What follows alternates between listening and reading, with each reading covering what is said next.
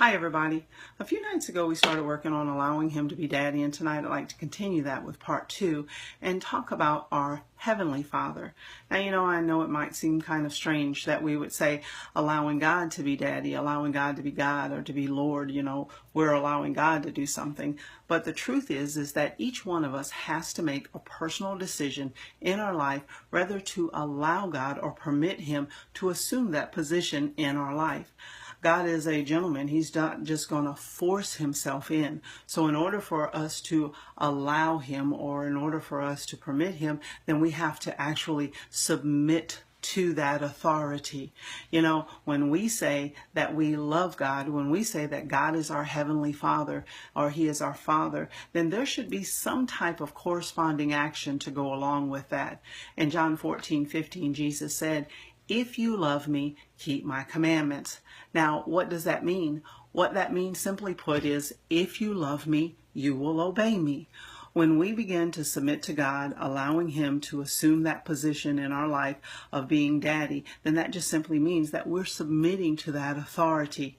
And submitting becomes so much easier when we begin to know him and when we begin to trust him.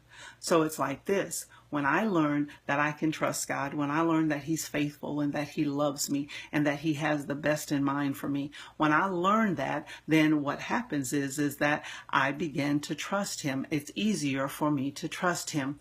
Last time I talked about the fact that my dad was one that set an example for me in making it easier for me to trust God. But I realized that everybody didn't have a good example. What about the little boys and the little girls who were hurt or who were physically, emotionally, spiritually, sexually, and by the person that they call daddy? And now the adult in them struggles with the idea of allowing God to be daddy, allowing God that authority. Well, I know that's real, but what I just want to encourage you to trust God, to spend time with him, to trust him, to learn that he is faithful, that he won't leave you. He will not hurt you. He will not abuse you. And I just want to encourage you to spend time with him, because the more time you spend with him, you will learn that he won't do any of those things. But what he will do is he will love you without condition. And as you receive that love, then it will strengthen you, and you will begin to heal from that hurt that you've so skillfully learned to hide from everyone. God is a good daddy, and he wants to show us just how much he loves us. But you'll never know that, and you'll never know the goodness of him unless you spend time with him. And that's when you'll learn to trust him, and that's when you'll realize really who he is. I want to encourage you today to allow God to be daddy in your life.